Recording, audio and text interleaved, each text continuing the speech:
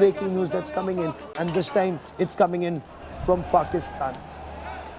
So right now in Karachi, the images that we had shown you from Karachi, where a mob had barged into the US consulate.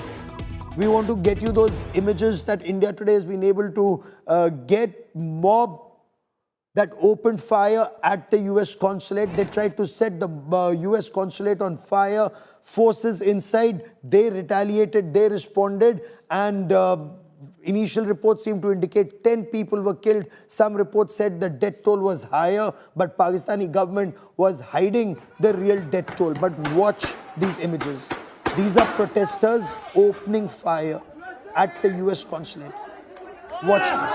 And then the Marines inside, we are told they fired in self-defense. Watch that image on your television screen. At the US consulate, this was a mob, an armed mob, initially with sticks and stones, but some came with pistols, some came with weapons, and they opened fire. They opened fire in the direction of the CCTV cameras. They opened fire in the direction of where US security forces, of course, were behind bulletproof glass. But that's when the US forces opened fire in self-defense. And some reports seem to indicate at least 12 protesters were killed.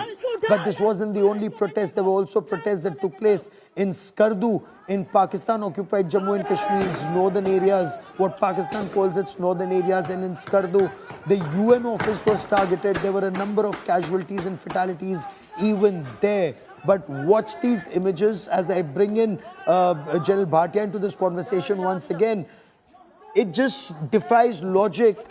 Embassies and consulates are very well protected. Without state complicity, can a mob reach there in your view, sir? No, I don't think so it can, but I think Pakistan is known for duplicity. We have had the statement of the Pakistani Prime Minister supporting the, Iranian people and condemning the attacks on Iran. And on the same hand, if you look at the happenings of the last few days, Afghanistan, I think Pakistan airspace would have been, clandestinely being used against Iran. Or they would have planned to use it in case of emergencies, as it happened in the 20-day war in June. Pakistan, that is how you find Pakistan and the US, the Pakistan heads of state being treated in the US very well, because they had something to take from Pakistan. I think Pakistan airspace could have been used in some of the operations against Iran.